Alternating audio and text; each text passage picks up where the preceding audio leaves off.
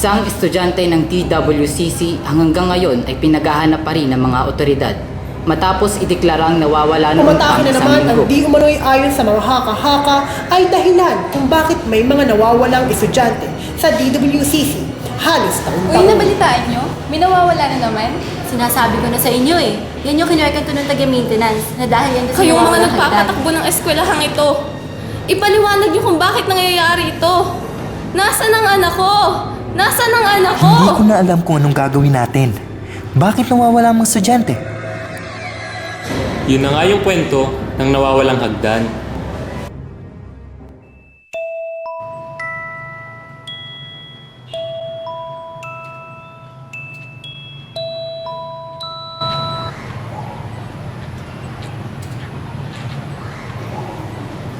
Paano naman mangyayari yun? Ewan ko. Basta noon, halos taon-taon may nawawalang estudyante na ang alam nila eh dito nawala. At wala na sa kanila ang nakita? Kahit bangkay nila? Sabi kasi, pagdating ng gabi, biglang nawawala ang hagdan sa ECD.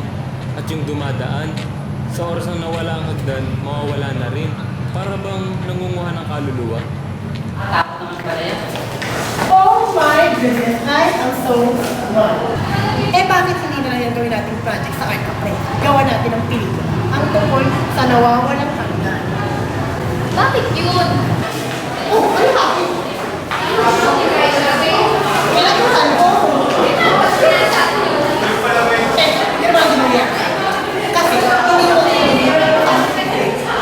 basta mamaya, alas 8 magpa-practice tayo. Practical tayo. Ako lang ba naman pansin para makapusli tayo kahit ito. Okay?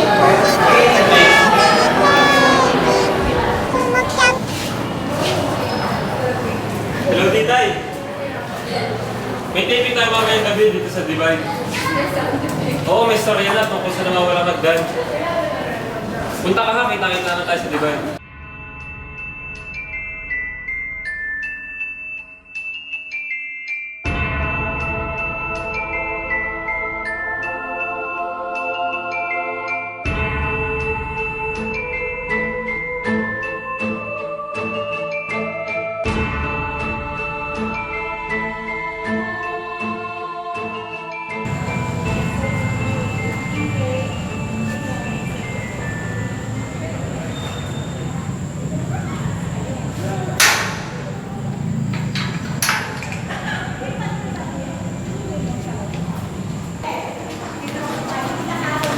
Uy, natatakot na ako. Huwag kayo maingay, bilisan nyo na lang.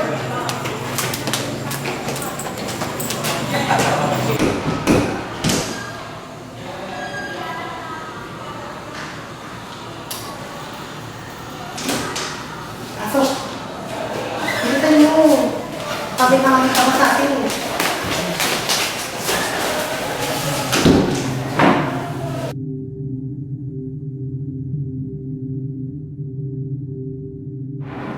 Kung mag-iisip naman tayo ng special effects, imposible. Hindi ko alam paano natin magagawang kunyari mawawala yung hagdan sa film natin. Pwede kasi nating patayin yung ilaw. Nga, pwede natin patayin yung ilaw. Tapos, Pwede, di syempre, dalawa yung switch nun. Papatayin natin yung ilaw, pagkatapos, i-edit natin sa, sa Lightroom. Pwede ano pa yung matrabaho. Handa. oo nga, nakakatamad lang. At least makawala yung ilaw. May ilang araw na lang meron tayo bago matapos yung movie. Ang gusto ko kasi mangyari, parang improvise lang yung pagkawala ng hagdan. Ayoko naman ng mga may pa-edit-edit. Ang hirap-hirap niya parang may-edit. Parang mati mo mapag-usapan dito. Tara mo ng CR. Sige, ikaw, kapag ibang paraan. Meron talaga ako maisip.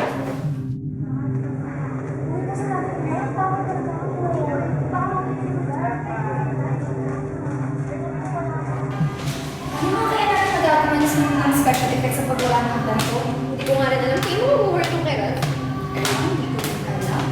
Tapos kaya natin yung project ko. Baka hindi. Sino ka ba? Bentas na ako. Sige, mag-share mo na ako. Wala,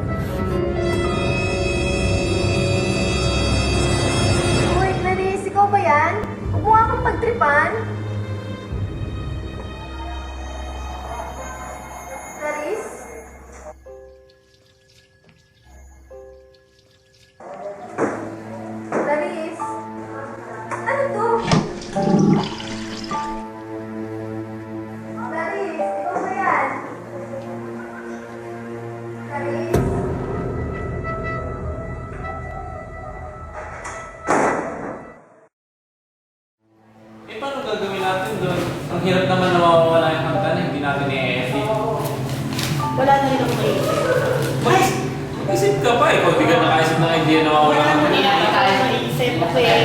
Dahil speaking of kanina pa, sundan mo na yung dalawang yun at baka nila mo na sila kumanta.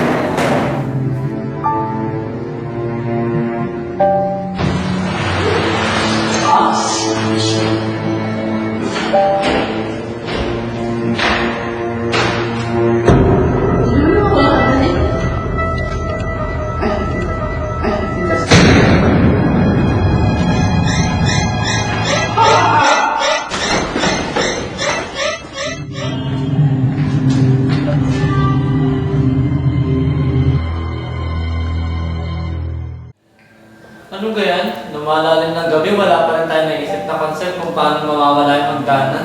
Hindi. May naisip na ako. Yung focus na lang ng camera yung gagawin natin. Laro-laroin na lang natin. Iba't ibang angle. Magmumukha namang mawawala rin. Iisa lang ang camera natin eh. Eh yun na nga, kaya kailangan i-charge yun na agad na hindi nalulungan agad yung camera. Wala ka nagdala ng camera ngayon. Ay, sandali. Ang tagal na na, Bimbi. Kanina pa yun ah. Pati si Naola tsaka si Gladys nawawala din. Sundan na natin. Makakolon na natin.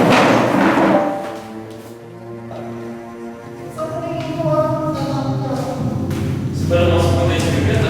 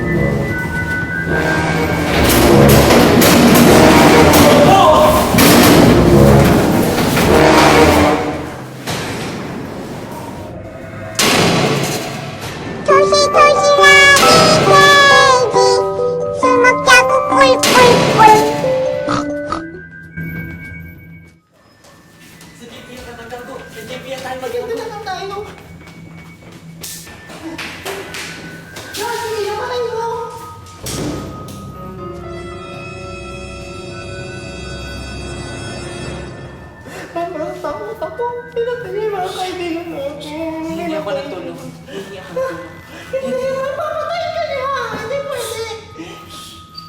Makinig ka sa akin. Babalikan kita.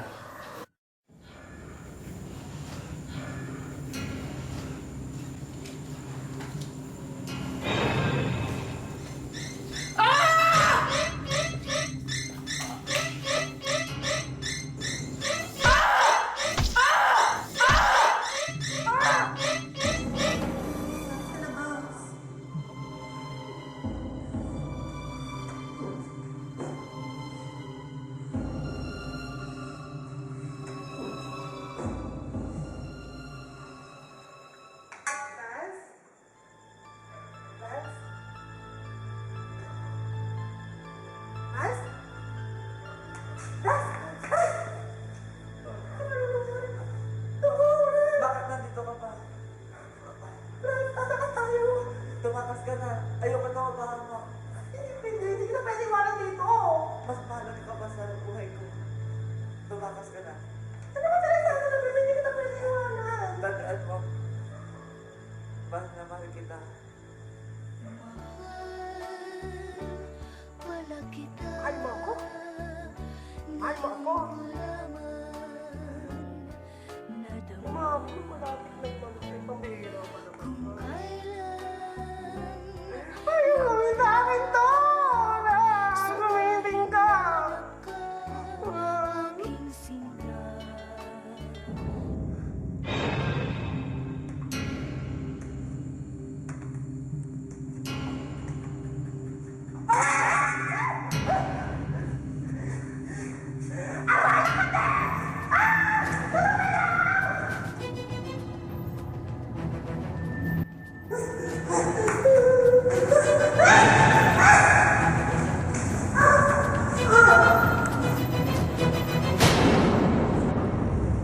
Bakit mo ginagawa to? Wala naman kami ginagawa tayo ah! Wala. Hindi nyo alam kung anong ginagawa nyo. Hindi nyo alam kung anong pinagdaanan namin. Hindi nyo alam kung anong pinagdaanan namin ng anak ko.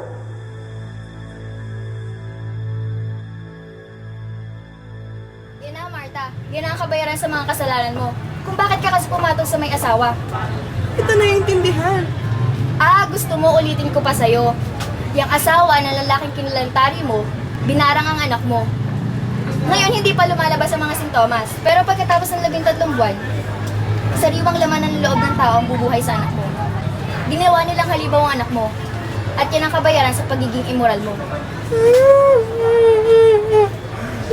Itakas mo na ang anak mo habang may panahon pa. Hindi siya ligtas dito. Papatayin siya ng taong bayan. Oo, naging halimaw ang anak. Kaya napadpad kami dito. Mabuti na lang, pinayagan nila akong mamasukan bilang katiwala. Bawat 13 buwan, dinadala ko ang anak ko sa isang silid malapit sa hagdan. Isang tao sa bawat 13 buwan. Yun ang kailangan upang mabuhay ang anak ko. Hindi mo alam kung gaano kabigat sa akin. Na dahil may anak kang binubuhay, kailangan mong pumatay. Kaya nga sunod-sunod ang mga nawala. Wala na akong ibang naisip na paraan upang buhayin ang anak ko. Pinakalat ko ang kwento ng nawawalang hagdan upang malayo ang atensyon ng mga tao sa paligid.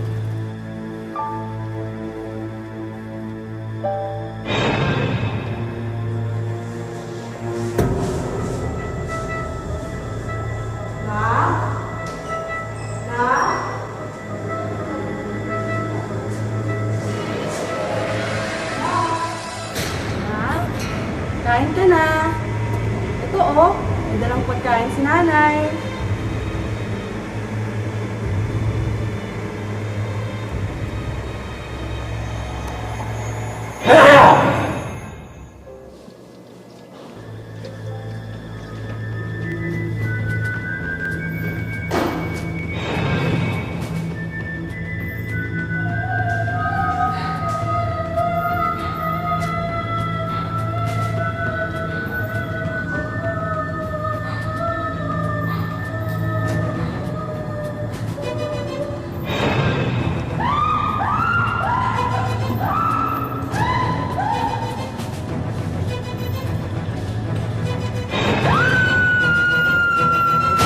Hanggang sa hindi nakayanin ang konsensya.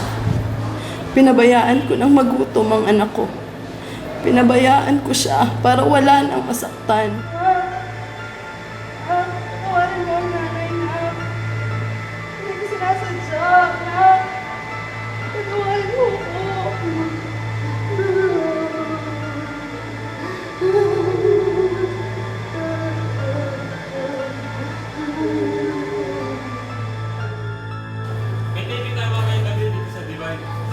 At ngayon, bubuhayin niyo na naman ang nakaraan? At ipapaalala ang nawawalang hagdan? Para saan? Hindi niyo alam kung anong nararamdaman ko.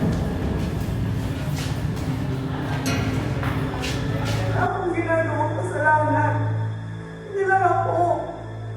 Akong ginagawang masama.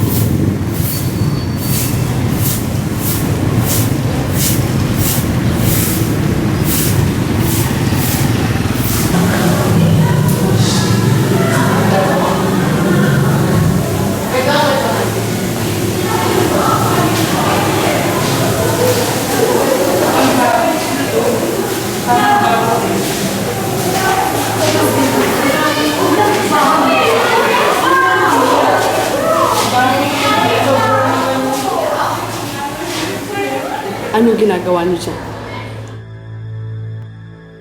Hindi na nagawa pang pagtakpan ni Martha ang kanyang mga kasalanan. Subalit, sa labis niyang pagnanais na takasan ng batas, siya ay nagpatiwakal na lamang. Kinalaunay, naging tahimik na ang lahat. Ang pelikulang ito ay hindi lamang binuo upang pabulaanan ang mga misteryosong kwento ng nakaraan, pagkusay upang ipaalala sa bawat isa na di dapat tayo mabuhay sa takot at anino ng nakalipas. Lingunin natin ang kahapon at baunin lamang ang mga bagay kung saan mayroon tayong matututunan upang mabuhay sa kasulukuyan at matanaw ang kinabukasan. Tandaan na ang labis na pagkapit sa masasamang alaala ay nagiging dahilan kung bakit patungo sa lugar na nais nating puntahan, may nawawalang hagdan.